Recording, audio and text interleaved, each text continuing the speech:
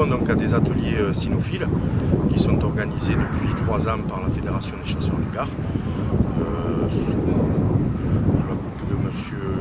Cochon et M. Avelan, qui est délégué du Pointer Club et de la région.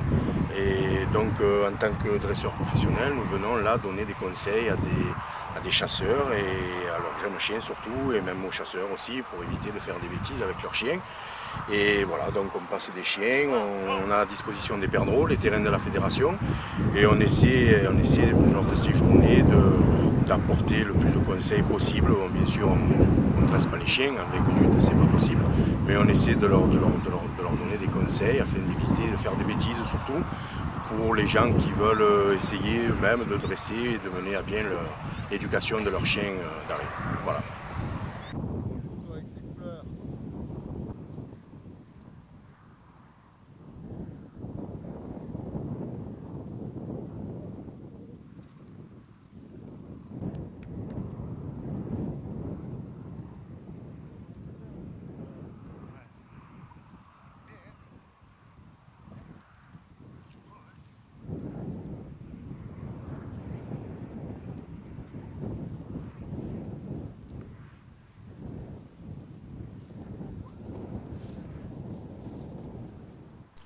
L'idée dominante étant de laisser le chien s'exprimer, le maître doit être attentif, encourageant et rassurant, en évitant d'induire la confusion dans l'esprit de son chien par des ordres intempestifs et non justifiés.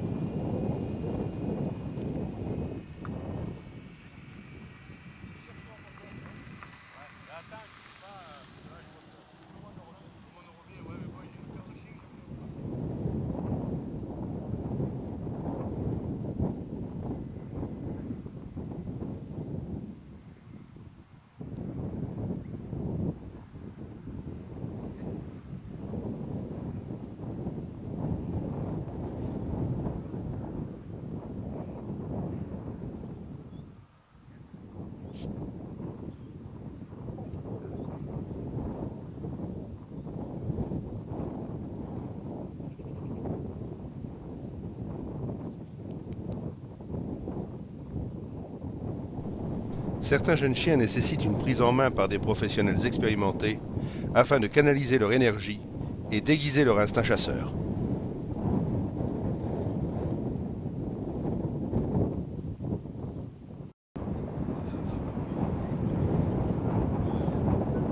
Cette connaissance de l'homme, de savoir dresser des oiseaux pour capturer du gibier, ça remonte à la nuit des temps.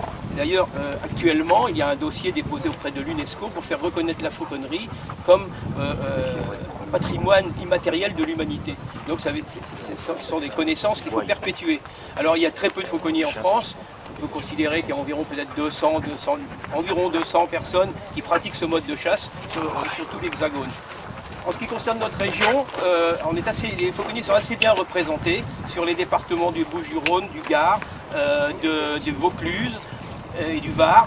Et ces fauconniers, au nombre d'une petite vingtaine, se sont rassemblés pour créer un équipage, comme le font les veneurs. C'est-à-dire un équipage qui porte un nom, qui a un bouton, qui a un gilet et qui a une devise, comme les chasseurs à courre. Alors, cet équipage a été baptisé équipage Charles d'Arcussia parce que sous le règne de Louis XIII, à cheval sur le XVIe et le XVIIe siècle, vivait à Esparon-de-Palière, près de Riance dans le Var, un seigneur qui s'appelait Charles d'Arcusia et qui était un très grand fauconnier, très apprécié du roi Louis XIII, et qui a écrit un traité sur la chasse, sur le dressage des oiseaux, qui faisait référence à l'époque, et qui continue d'ailleurs à faire référence. Et donc nous avons choisi de baptiser notre équipage de ce nom-là, équipage Charles d'Arcusia. Nous avons un gilet, bon nous ne l'avons pas mis aujourd'hui, c'est une journée de chasse pratique, on le met plutôt pour les journées de fête, de parade, aux couleurs de la Provence, bleu et or, un bouton qui représente un autour qui empiète un lièvre, et une devise qui est pique à la prise, fait courtoisie.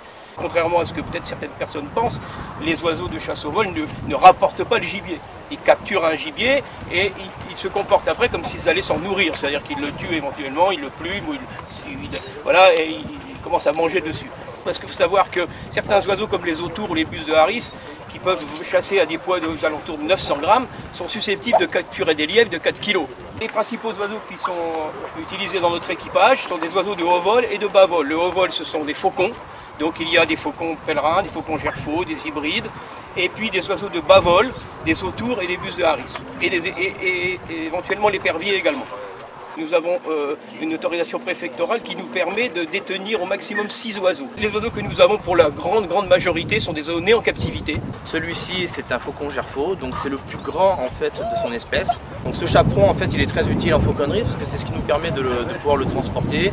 On va faire travailler un chien d'arrêt qui va prendre des émanations sur une boîte à envol. Et à partir de là, on va déchaperonner le faucon. Le faucon va prendre un monstre, qu'on appelle, c'est-à-dire qu'il va monter soit à l'aide des courants ascendants, soit à l'aide du vent ou à la force des ailes. Un bon faucon vient se centrer généralement au-dessus du chien, puisqu'il sait pertinemment que le gibier va partir devant le chien.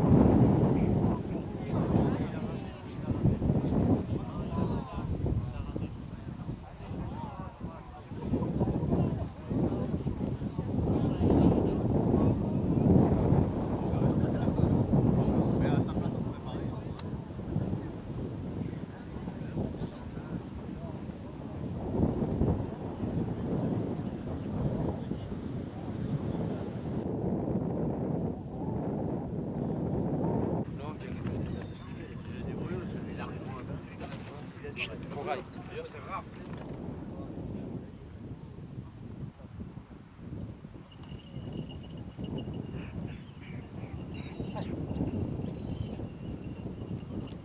Je suis même pas sûr qu'elle soit vraiment certaine de savoir pourquoi le braille. Elle est ronde. Elle est pas sèche.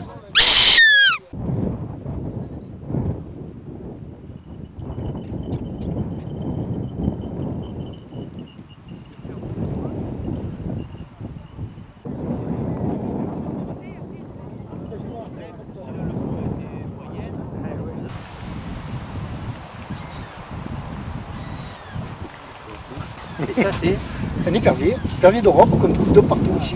Alors voilà, vous avez vu un échantillonnage de haut vol et de bas vol. Enfin nous on a passé un moment agréable également.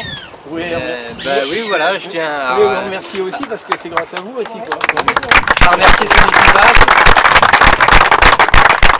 Voilà, je vais remercier tout l'équipage d'être venu parce qu'ils ne sont pas tous d'un peu loin. Un peu loin, oui, il y a quelqu'un qui vient des PO aussi. Voilà, donc on les remercie tous et puis à l'année prochaine, j'espère. D'accord, voilà. Ce sera avec plaisir. Bravo.